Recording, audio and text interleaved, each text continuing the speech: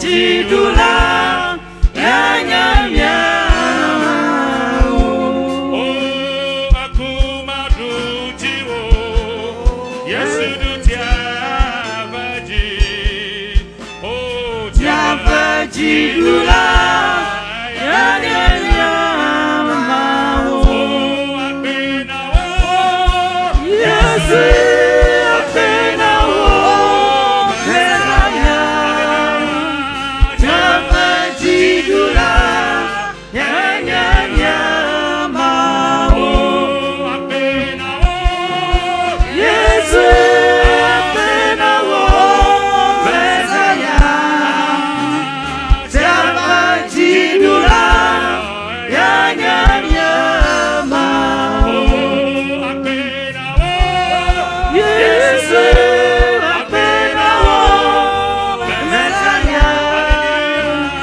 Tiapa jidula nyanyamnya. oh apena oh Yesu apena oh Mesaya. Tiapa jidula nyanyamnya.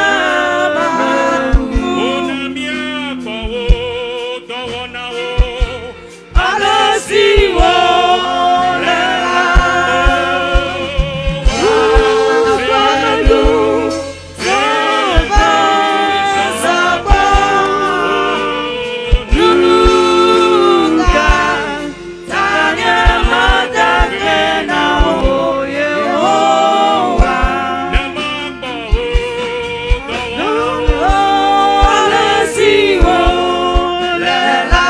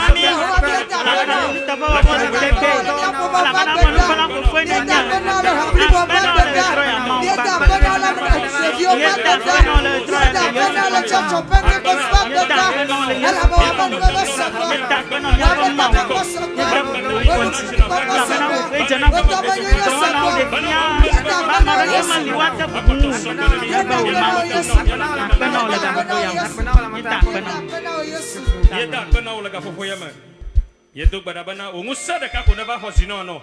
Bana wona de shere kemia wala to hoya. Wajja fiatu ajagatu. Esi aklibo bosia mi bio. Tumia Allah Yesu Kristo fankoma. Amen. Yele jega asuboma wala ka fofoya ma ta pare shere kanala. Wara kamia suboma wu mia chobu bune. Ye atahi kame kata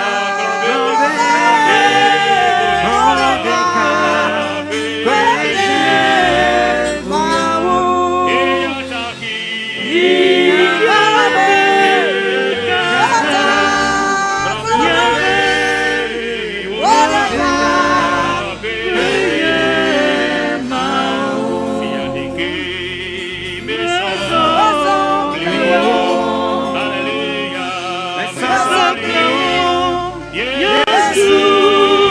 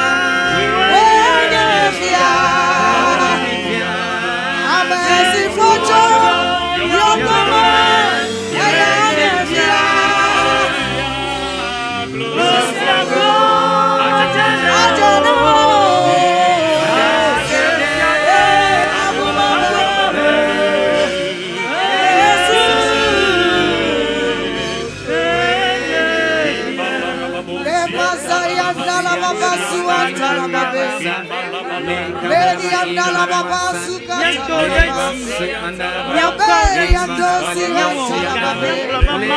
Sakadala basuka tala babe. Ibala babari andala Lemasuka tala babe. Sandala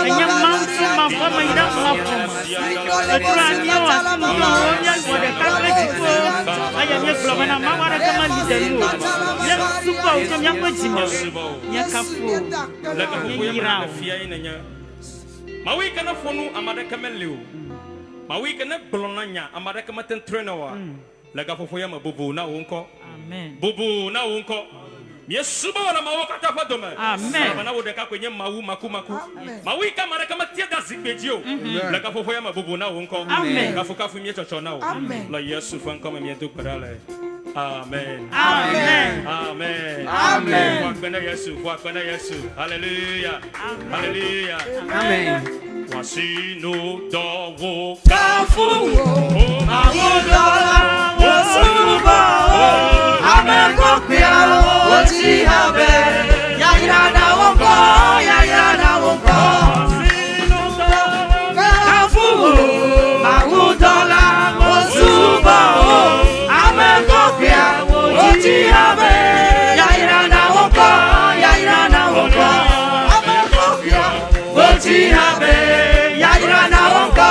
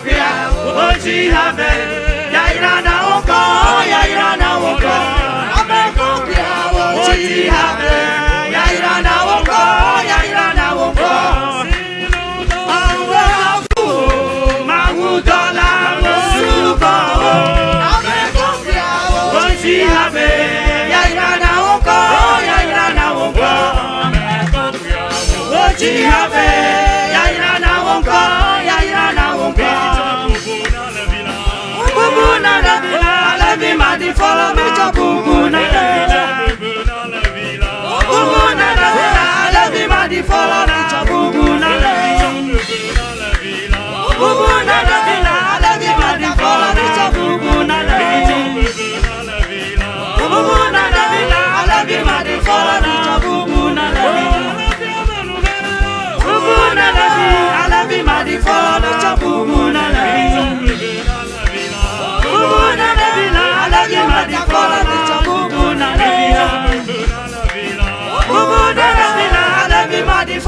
to Bubuna everybody follow me to Bubuna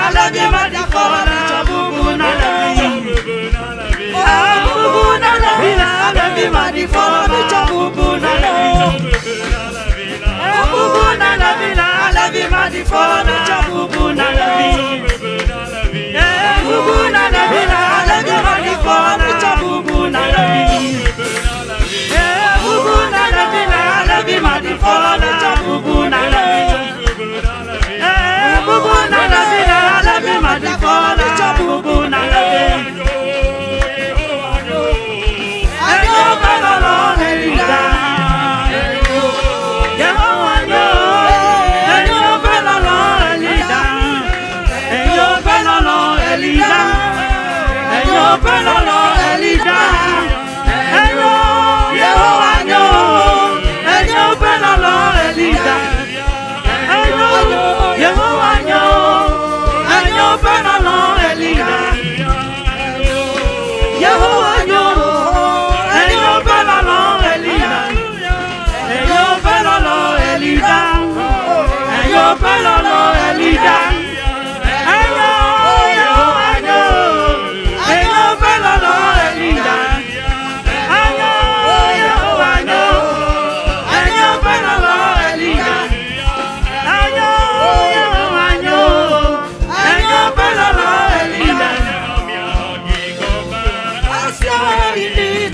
fisiafi. Oh, mananya hamia. Ayi gobe, ayi la fisiafi. Ayata muti kokuya. Bibani adokyo, joko baba mi nyoko tuko. Ayata muti kokuya. Bibani adokyo, joko baba mi nyoko tuko. Oh, mananya hamia. Ayi gobe, ayi la fisiafi. Oh, mananya hamia. Ayi gobe, ayi la fisiafi. Ayata muti kokuya. Bibani adokyo, joko baba mi nyoko tuko. Ayata muti kokuya. Bibani adokyo, joko baba mi nyoko tuko. Mananya hamia. Ayi gobe, ayi la fisiafi. Mananya hamia. Ayi gobe, ayi la fisiafi. Ayata muti kokuya. Bibani adokyo, joko baba mi nyoko tuko. Ayata muti kokuya. Bibani adokyo, joko baba mi nyoko tuko. Mananya hamia. Ayi gobe, ayi la fisiafi. Mananya hamia. Ayi gobe, ayi la fisiafi. Ayata muti kokuya. Bibani adokyo, joko baba mi nyoko tuko. Ayata muti kokuya. Bibani adokyo, joko baba mi nyoko tuko.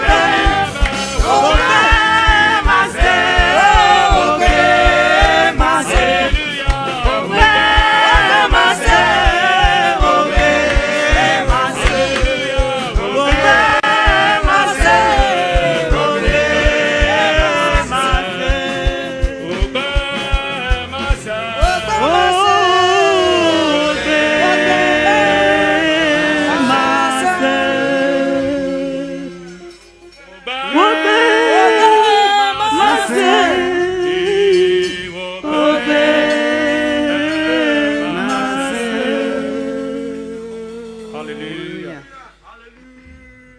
Amen. Troya de ifa man veve lata be mi ba fufu da fia bana nya sobomau e mi asami e panya o mi na mi aglo amen Amen. mi dak pano bana egba na le mi van kosam e uha le mi agbo le church fia ma o gana yao e wa chuchi no wa jeji no le yesu on come. Amen. Oh, praise the Lord. Hallelujah. Egbe penke ke ma udanyare ni nyepe jijibe ni papel mia o miama na ya ejia dogbara novio yi ya mimi do fifia maganya yi ko do aga no kuvia om ga no fafafamu yi ya mi do fifia enye yi vevriere ikaje ba Kristo to kata wajamba na yi ya mimi do yi ya mamanyu ta enhiana gbadodora ta binami akhrananele Bibla Yakobo fagban ta ton pepe wi eton le ja ko ma jibe mi akhlagba ni mi khlama vo mi akhlak pepe wi andre ple wi enyelia Yakobo fagban ta ton pepe wi eton ama gbavo mi akhlak pepe wi andre ple wi enyelia Mang khlan la vak be Bibla ho tom abana na mia doma amade le fukpam la na dogbara iblo amen Amen. na ma ko fi ma ja ko ma jiba ma ko nya chuma ga khalga ke na mia doma amade le fukpam la na dogbara kpekpewi andre kple wie nyilia Elia nye ame eye nu vene abe miawo ene eye wodo gbe ade da bena tsi nagadza o eye tsi megadza ɖe anyigba dzi o ƒe 3 kple dziŋɔ 10 sɔŋ eye wògado gbe ɖa eye dziƒo na tsi dza eye anyigba gatse eƒe kutsetsewo. Míegblɔ amen. Ŋui me dzi maƒo ŋu le wotrɔe nye bena ɖe ame aɖe efukpekpe ɖe le eƒe agbedzia do gbe ɖa. Ɖe ame aɖe nane me tom le agbe ya me do gbe ɖa. Ɖe ame aɖe xexea me kpeke eye menya fi ke wòɖo ta do gbe ɖa. Ne wogblɔ be eŋukpeka me alo fuɖenama aleke wogblɔe enye ŋu ɖe yi ke enana be ame tsina dzodzodzoe ne fukpa me tsu ame ɖa akpɔ be ame blibo atsi dzodzodzoe eye neneme ma akpɔ be yiƒe gbɔgbɔ va na anyigba eye naneke megali wògate wɔnɔ eye neneme ma ŋu ɖe sia ɖe ko edo ŋui nɛ leke wɔnɛ ŋu ɖe sia ɖe edo dziku nɛ na ame ɖe efukpekpe alo ŋukpeka me kpeke akpɔ bena ame blibo ne yim gbe sia gbe kpɔ woyɔ mo ɖe asi elabe ŋukpeka me edzi be ame sia ame nakpɔe be ŋukpeka me ɖe etsuie gake ŋu ɖeka me dzi ma gblɔ nye be ɖe menye ŋkume yi ke yɔ ge ne ɖe asi na wo ŋkume ne kpɔe vɔvɔ ko adze dzi wɔ eye nanage be kuxea na ɖeɖa nu yi nanage be kuxea na ɖeɖa eye agblɔ me le ne mi fifia eye agblɔ me miafo tsitsia Yakobo bena na ame aɖe ŋukpeka me ɖe fu ɖe nɛ na ame aɖe ŋu ɖe me tom le agbe ya me na ame aɖe nane fu ɖem nɛ menye ŋkume wòdze be wɔyɔ menye ɖe wo ŋu ame sia nanya be fukpem o nu yi mema na wɔe nye bena ame ma nedo gbe ɖa. Míegblɔ amen. Eye nke nye gbedodoɖa. Gbedodoɖa nye ŋuwɔna ɖe yi ke míekplɔna Mawu kɔ dena mía ŋutɔ míaƒe agbe me alo míesubɔna Mawu le ŋuwɔnawo katã me. Prayer is an act of worship by which we bring our request before Elohim. Gbedodoɖa enye ŋu ɖe yi ke míekpena Mawu enye subɔsubɔ ɖe tɔxɛ aɖe le gbegbe na míekpena Mawu alo míetsɔna míaƒe kuxiwo míaƒe nya yiwo ke te ɖe mía dzia míekɔa nene Mawu le gbedodoɖa me. Ta nenye be ne ŋu ɖe me tom le agbe ya me ya ko mehe gbe dom ɖa wa nɔvinye kpe ŋu ɖeka me ne gbegbe na ame ɖewo le agbe ya me ko ŋu me tom ko wòva zu ŋukpoliƒo la ya ko fu ɖe ya ko me fukpa ma la ya ko me naneke he ge be o. Nu yi me dzi ma gblɔ ɖo le gaƒoƒo ya me ɖe na do gbe ɖa. Meŋlɔ nya ɖe afi ya gblɔ bena prayer alo gbedodoɖa ye nye atsike yi ke wonana efukpekpe. Ɖe mi se nya ma gɔme fia? Nye velia nya me gɔme fia se gɔme? Me be ɖe tsike yi ke wonana fukpekpea ye nye gbedodoɖa. Prayer is an antidote to troubles. Prayer ya koe nye tsike yi ke nana fukpekpe wɔ nu kɔ ya ko duvu ge le gbɔ.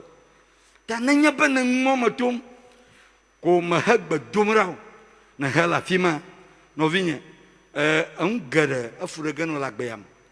Medze míalé ŋku ɖe ame ɖewo ŋuti le Biblia me yiwo ke eŋutsuwo ŋukpekewo eye wotso gbedodoɖa kɔ wò dɔe eye míakpɔ woƒe ŋuwu ɖa. Enu gbãtɔ yi ke medze ma gblɔ nye míafo gã yi ke nye Elijah yi ke ƒe nya mi gblɔ fia nane va dogo eye ŋu yi va dzɔ vɔ evana be ekuɖiɖi va dzɔ ɖe amewo ƒe tosesẽ ta Mawu va wɔe ale gbegbe be enya yi dogo tso Mawu ƒe ame ƒe ŋume enya yi dogo tso subɔla ƒe ŋume Mawu lé nya. Oh, mi gblɔ amen.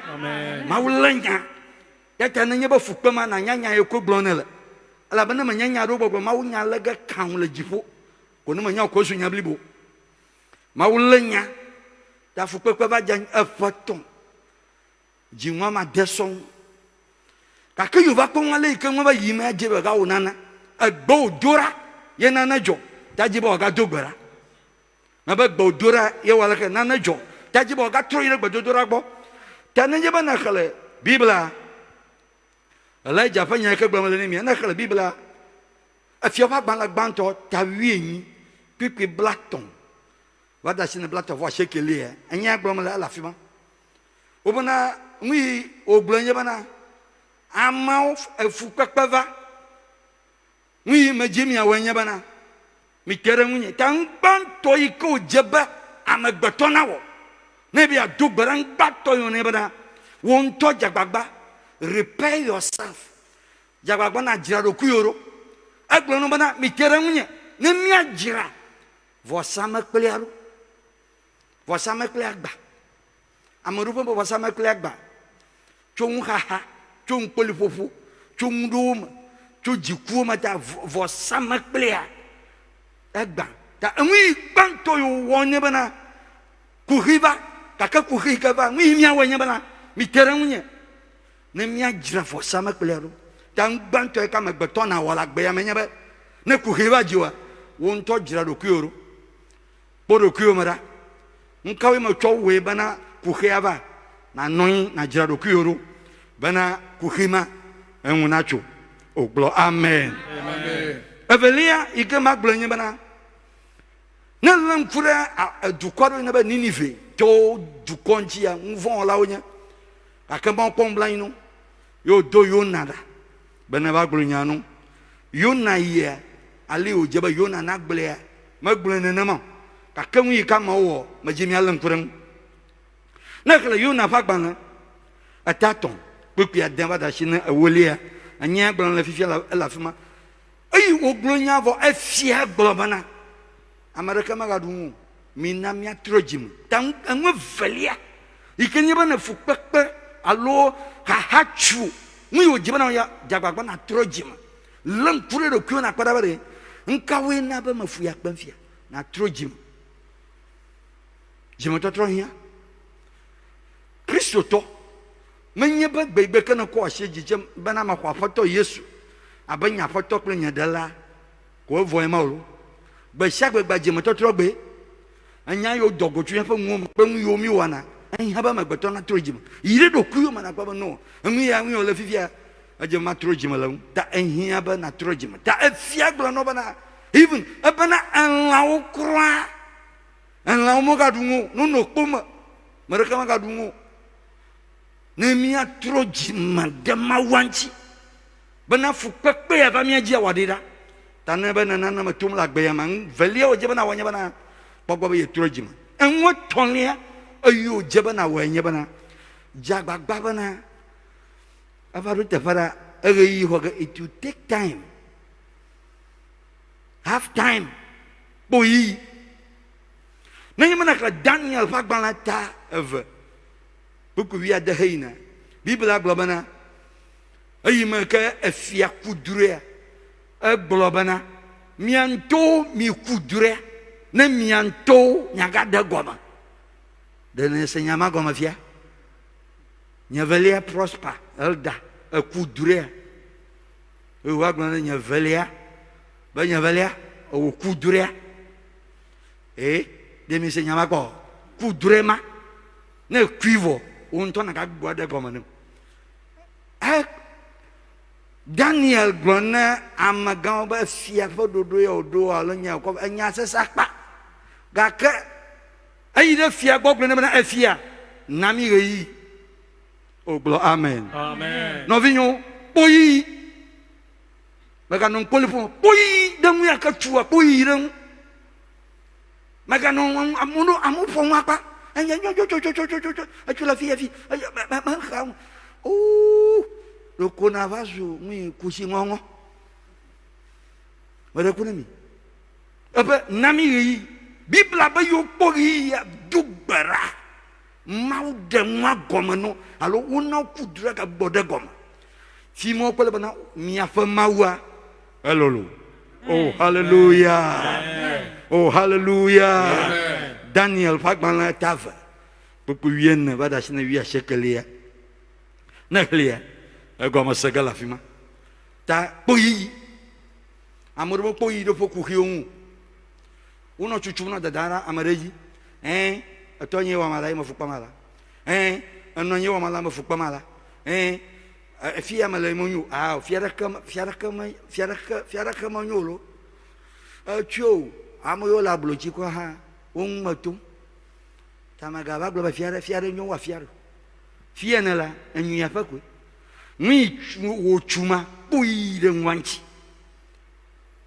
ne le anyi ne be ye srɔ̃ fu ɖem ne yi kpoyi ɖe srɔ̃ ŋua ŋtsi nɔ anyi na bu tame ŋkawoe srɔ̃ nya me dzi o ye me wɔwɔ me ne hafi me wɔ be srɔ̃nya ɖe fu ɖem ne me ne ko ne nya lé ŋku ɖe ŋua ŋtsi trɔ asi le ŋtsi kɔ eŋua wɔ ge nyuie ta kpoyi to take time kpoyi ebe na mi yi via ɖe míayi ɖe Mawu ƒe ŋkume de ne nane me to ma kpoyi are you in trouble have time bodzra anyi de nane fu ɖem no le agbe ya ma bodzra anyi ble wo ame ɖewo me gbɔdzra anyi o ewɔ nana ame ɖewo ƒe susu be megagblɔ keke be ebuna be ame ɖe ƒe susu ne be fia ɖe nyo wa fia ɖe ao ame ɖewo buna be o nyɔnua ɖewo nyo wu nyɔnua ɖe ao wo katã ame ɖeka ame ko nye ɣiyi kpɔ ge ne le ɖe ŋua ŋtsia ye wo nyonyo ge gake ne kpɔ yi ɖe ŋua ŋtsia ŋua me nyonyo go ta kpɔ yi ɖe ŋtsi bena wòate ŋu adze dzi no nenye be kuxi aɖe va tsoa nɔvinye kpɔ yi dzi ɣe yi ɖe ŋua ŋtsi yi ɖe Mawu ŋkume bia Mawu ƒo ŋu nye me miable ko Mawu ya srɔ̃ me Mawu ƒo ŋu nye nya tɔgbuiwo wo yi ɖe Mawu ma ƒo ŋuwo gbɔ kpɔ gake wo nɔ gbɔ exɔe de me leke fi mi va Mawu gbagbe yi ke ƒoa ŋu gbɔ ne nane tsu mi ma yi ɖe gbɔ egbekuvia va zu nane be ava le kristotɔwo buna be Mawu subɔsubɔ enye eŋuɖuɖu wɔna ɖaɖa le mɔto keŋ fifi le ko bi wonɔ yɔyɔ be fast food kpatakpata ko edzo ɖeke tɔe ko vɔ eɖui vɔ eɖu dɔmeɖu ale be mebi nyui ɖo gbodzi ɖe anyi ɖe nyui ɖe eme ne bi eʋu megano mo ne ɖui ale kɔ wo dzi adzem nenema nye gbedodo ɖa oh hallelujah ne be asi akpe ne Mawu ko si akpe ne Mawu oh praise the Lord kpoyi nui me tom ne la kpoyi ɖe ŋua ŋtsi half time anyɔnu ɖeka me tsiri le agbe me ye nye be nye kpakple mia no kɔna no kpoliƒo eyi wɔ ale eye kamera nye me dzina le agbe me kura ne nane fu ɖem ne ma fofo le asi nye hallelujah elabena exɔ asi ne le ŋuwo katã me ne nane fu ɖem ne ma metsɔna nye ƒe nyawo nɛ magblɔ nye ƒe nyawo nɛ bena aƒetɔ nu ya le fu ɖe me fofo nye nu ya le nye me gɔme se me medzi bena de gɔme ne Mawu ƒo ŋu nye la kpoyi ɖe ŋua ŋtsi kpoyi ɖe wò dɔ ŋu wò dɔ me kpoyi ɖe ŋtsi o gake ne be dɔ me nyo me dɔ eke wɔm ne la me kpoyi ɖe dɔ ŋu tsatsa yi gblɔm ya ko dɔ me la dɔ me nyo krɔm ne ɖe me kpo dɔ keme ɖa ne me we gbodzi ɖe anyi nu yi wɔ ge ne le nye be kpɔ ɖa be ekpoyi ɖe dɔ ŋtsia de Mawu ɖe ŋu ɖe kɔ fia wa mo ka dzi bena ko ŋua kɔ toe nenema nye ŋua kpoyi ɖe ŋu miatsɔ eviwo ke mi dzi kura kpoyi ɖe viwo ŋtsi ɖeviwo dzi mi le fifia kpoyi ɖe ŋtsi de sia ɖe kpakpe yi ke Mawu tsɔ nɛ ne kpoyi ɖe ŋtsi anya be ame yi tɔ la li ame yi tɔ le kamera ne wo nenema eviwo woazɔ ame nyuie no kpoyi ɖe ŋua ŋtsi megagble ɖevia ɖe anyi ko be ye ŋutɔ ne va zu da ye ŋutɔ ne va kpɔ ɖe nɔ ɖu kpoyi ɖe ɖevia ŋtsi oh hallelujah kple nɔviwo kpoyi ɖe okuxia ŋtsi kple ne gagble ne mi gblɔ amen enelia yi ke me dzi magaƒo ŋu tso ŋtsi nye be la ye nye be dzagbagba bena wo ŋutɔ present your case to God dzagbagba nu yi ke me tom ne la gblɔe ne Mawu ne me mi xlẽ dɔwɔwɔ ƒe agbalẽ eta dɔwɔwɔ ƒe agbalẽ eta ene kpikpi bla be vɔ tɔn va ɖe asi ne bla tɔn vɔ ɖeke ya dɔwɔwɔ ƒe agbalẽ eta ne kpikpi bla be vɔ tɔn va ɖe asi ne bla be vɔ blato vore kelia mu ikele mo fanya bala kayima ka mu defuna disciples ala ma gbanto nsola gbanto wa oyu defunu mo pomo yo Yesu yanko pomo opevu a okuhiba amayo jiba nyanwia maga yingogbo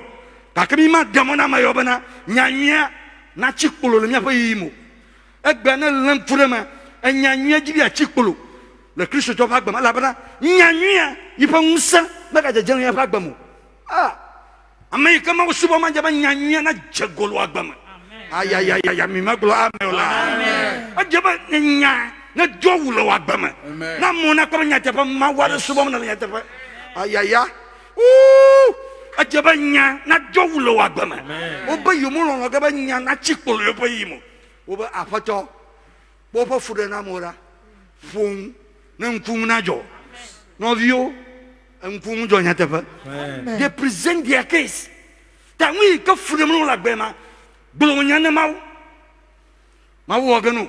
Amen. Hallelujah. Amen. Bala Yesu shewa na mashama. Bala Yesu shewa na mashama. Bala Yesu shewa na mashama.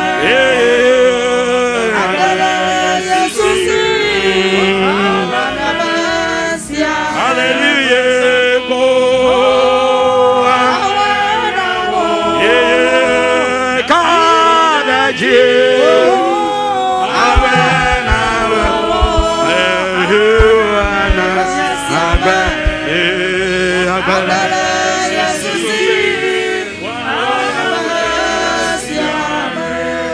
Novio na do yi no akaba kuhi ananaba ama vovon jamaji kuhi na kuhi do agbam na mafia mu yo he na venya bana he na vovon gara agbam no vovon mu ya mate o gafia ko vazu nana ga ka oba yubo no na ga mayo no do vovon na yo kuhi na vagbam na ma na troubles gara mu na vagbam akaba vovon jagbaji ni na vovon jagbaji ni mu yo no ma ajibi anu ankolifo na mo na nya be kuhiba aw ayoku e majira na le aw oba aw nya chomnya fanya ko duma opankuma bulani yes asan ma wusamunye hallelujah amen hayaya ma wusamunye bulani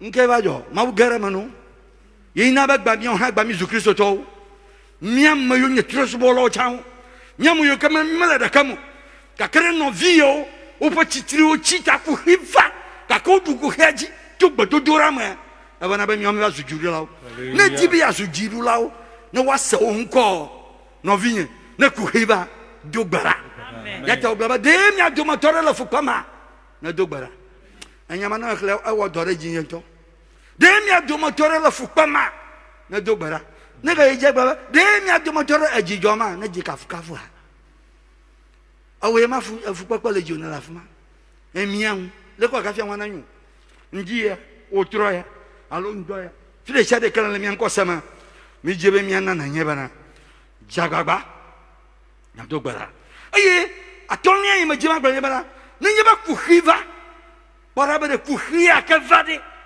nko jibi afiam lema ma upono no nwe Nembi lampure Yesu ma Yesu Kristo kuhiba gara gbamani akubana akokwa ayo yi wa dogbara Yesu dogbara nkunjona wa dogbara vo bana man apoto na ba nye wonronwa na bana bam ta ko mawu pede mawu ne kuhia kevare mawu polo nwe bonyo otua na gbo otua ka wodolam e ke choma ubo bena ma uba ma wonto wonku lama wi ma ko la gbe ya menya be ananya ba ku hiva chu nya ba ma gbo chwe amaude adana malama nya tapanyo nya gbo mala nami ngana ba ta David globana salmo blatonia pupu wi aba yom ha ba akama ma tonu ta mawi ya yom mi la na wi la ha ba atotoganu that Yesu Kristo ha troubles agbe aloha haba gbemene Yesu Kristo eduji ne mi khla Matthieu fa ba tabla vodin puis blaton vodin wada chine blan vodin lien enyamal Yesu globana apoto mo ye nyolong ka bo ngolong ka kuhiva ta le kuhima mangule da fia na kuhiva jagbagba na bia se ba mawfolong ya kuhiro vana de menye de sha de kuhiva na gba manyu lo do vana chuna ma ba hosa kuhia do vana anana ba ama vanjuna kuhia do vana vana ba moa uyangogba gapopoya ma gbadumna bana mauna vemian le Yesu nko ba na kuhida ba wa gbajia na nyeba Yesu lan eye na tro morenchi oh glory amen ndi alo tro ya kan ndi ya mi ma jima glo bana fi da shade kada na kuhida ba dogbara ama yo dogbara ma o gara gbamanu anwunyo na wo ha na dogbara aduji Yesu blabana mina ya pa jina jam ala bana maduka kamaji maduko heji Yesu duko heji ta magavo wo ha adia dase wo ha akafumao mi blo amen majimnya juma macham na churo fojivie majimnya dogbara fi de shade kanela mi jimnya dogbara na gbena ma wulo wo churo ya kalendi ya lo gapopo ya mabana ku khire shade kale jiwa maga ko ko won poli fofo ko bon cho gbadodora ma una gara man wa do dalam ka una dogbara macham na kan wa dogbara fi de shade kanela ka una dogbara kamuna dogbara la Yesu onkom kamuna dogbara la Yesu onkom amashama na kamuna dogbara Yehova me dogbara lo onkoji bana na nyaba ku khia ba gba na nyaba nya dogbara ama dogbara na sofa gbadodora ye jiruduva nyonya ba yi ama gba na mi maga fo ala bana ye du ku khia jinabi Yehova mi la ba domda la Yesu onkom na ba onya ya no wotore ya ba gbaji oh Jesus Christ onkom awa mai kallam yanko sam ne yeba makwa foto Yesua ne manya ku khiwa aklo ko yide ajoma vom ta majiba na ko shiji ne nya ka glong na gla plom do miawa ku khia no miaji ko ka Yesu ava miam o ha avangu ko shiji ne nya ma gla na gla plom glo ba ma ko sabana Yesu Kristo anya ma ofavi nya unvonta yo va kuro afon hana nyafia chocho chugbe mahoi abanya foto blanjadala masubwe la nyagba manka ka katama o minami aglo amen amen abo kuhidela agara gbamano amen wo kuhia ada kuhia amanyono amen la Yesu onkoma blo amen amen blo amen amen blo amen fie miedua ajebe nya aji haraka nya komia be fosasa wa ko bana mau ala bana mau gbagbe fa fu mieva bana nya twemia be fosasa ko bane ayi makami hayaji mi akpo dede ya go mi akpo dede ya go mi akpo dede ya go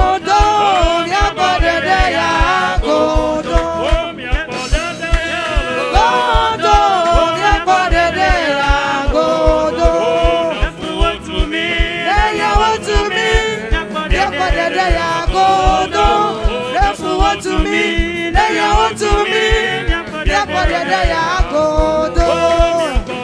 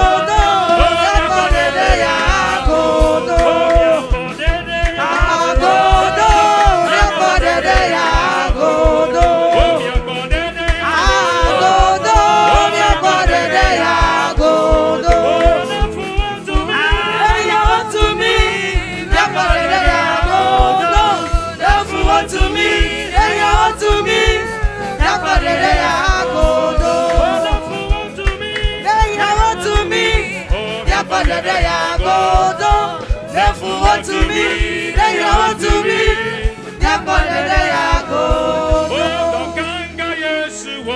Majiha makafwi, mato makodeji, majiha makafwi, mato makodeji, anamevo, ukbenga futa wakata wachiyame, enamekodede, enamevo, ukbenga futa wakata wachiyame, enamekodede, majiha makafwi, mato makodeji, majiha makafwi,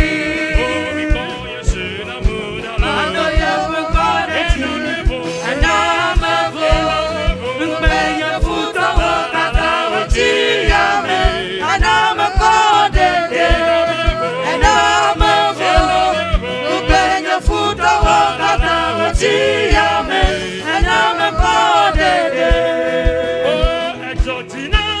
Bamanya Yesu to, Bamanya Yesu to, Bamanya Delato, Ajojina, Bamanya Yesu to, Bamanya Yesu to, Bamanya Delato, Ajojina, Bamanya Yesu to, Bamanya Yesu to, Bamanya Delato, Ajojina, Bamanya Yesu to. Bamanya Yesu to, Bamanya Delato, Ajojina, Bamanya Yesu to, Bamanya Yesu to, Bamanya Delato, Ajojina, Bamanya Yesu to, Bamanya Yesu to, Bamanya Delato. Hallelujah! Fine, mi da kwena mau de pa man bebalata. Mi da kwena mau. Mi da kwena mia fa apostle. Apostle tete Juda, ba o da sile vionchi chusu ka kofa. O va kwena mia Yehowa mau na yirami. Amen. Mau na yirami gede nyamo yoke chusu ka kofa kwena mia chi Yehowa mau ipa man bebana sobo na mi. Mi na mia kwa siji ni mia ko ya yira. Ama shama na kwe pa siji. Ama mvela nto. Ipa man bebana sobo na mi. Ama mvela nto. Ipa msana na ipa kwelmi. Ama mvalanto ipa gbogbo. Na kwadenchiu. Bana nyeba hava na nyafike na dotoi. Ipa mangba na kolo. La peya. Chofifia. Akabada shine meka Yesu nava. Non tole Yesu. Minamia noi la nchifa fama. Ni blo amen. Yehowa enye blo. Amen.